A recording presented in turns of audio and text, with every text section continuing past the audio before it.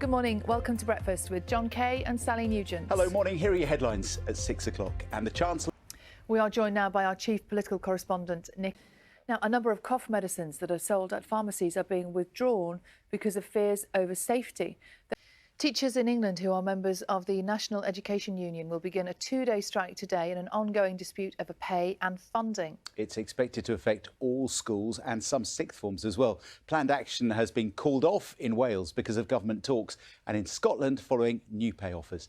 Our education correspondent Hazel Shearing explains. Russia has denied being responsible for the crash of a US surveillance drone into the Black Sea as Washington says the unmanned aircraft collided the Russian fighter jet, but Moscow insists there was no contact. Yeah, this incident has raised fears of direct confrontation between the two countries over the Ukraine war. Let's speak to our 13 minutes past 6, and we all remember Brian May on the roof of Buckingham Palace, don't we? Yes. For the Jubilee a few years ago. Well, the Queen guitarist has been back to Buckingham Palace to receive a knighthood for services to music and charity. He looks very proud to have his medal and his new honour. Well done to Brian. It's 13 minutes past 6, nearly 14 minutes past 6. It was really cold getting out of the house this morning. Carol is going to tell... 6:15. Now, the three candidates in the running to be the next First Minister of Scotland and leader of the SNP have all agreed that Scotland could be an independent country within 5 years. Yes, Ash Regan, Humza Yousaf and Kate Forbes set out their different plans in the final televised debate last night. Voting opened on Monday and the winner will be announced on the 27th of March. Our Scotland editor, James Cook, was watching. Less than 2 weeks now until we find out who has won. Let's have a look at this morning's newspaper.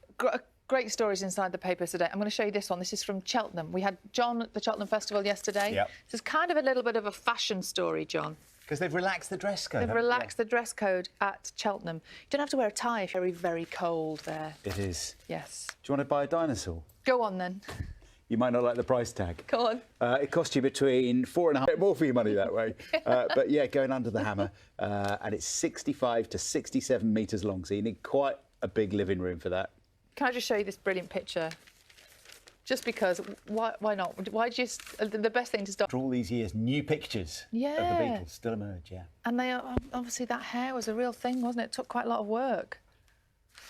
Love it. 22 minutes past 6. Now, on Sunday, the stars of the silver screen descended on Hollywood for the Oscars, and one of the moments that completely stole the show was the Northern Ireland production An Irish Goodbye winning Best Short Film. Yeah, the film's directors described that win as the best night of their lives. And I've had the pleasure of catching up with them and with the actor, James Martin, about their crazy whirlwind week in LA.